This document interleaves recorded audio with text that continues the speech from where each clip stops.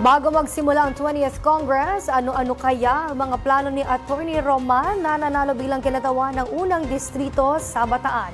Alamin natin sa report ni Zai Chua.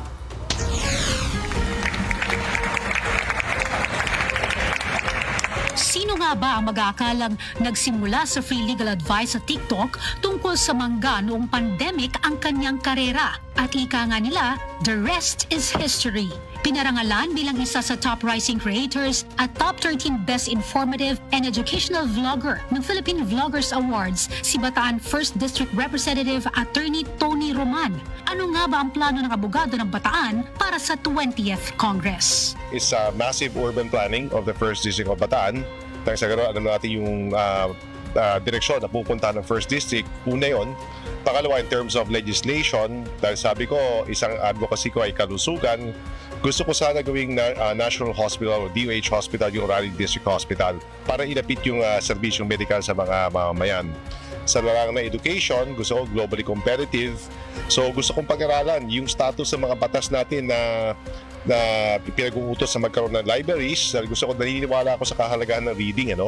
So maybe an investigation in aid of legislation. How can we foster and cultivate a reading and a love for reading among youngsters? At yung pangatlo, naniniwala ko na kailangan mayroong mga bagong trabaho. So bilang may akda ng Startup Ecosystem Ordinance sa Bataan, gusto ko sana tingnan yung status ng Philippine Innovation Act tsaka Startup Innovation Act dito sa Kongreso. Sa kanyang pasasalamat sa kanyang distrito, idiniin ng TikTok lawyer na tuloy-tuloy pa rin ang kanyang serbisyong may puso sa bayan. At syempre pa, bilang abogado po ng Bataan at abogado ng bayan, sir, sinabi niyo po yung hashtag na tuloy-tuloy ang serbisyong may puso sa bayan. Anong ibig sabihin po nito? Pagpapatuloy pa rin po ba natin ang pagbibigay ng free legal advice sa inyong distrito at sa social media, sir?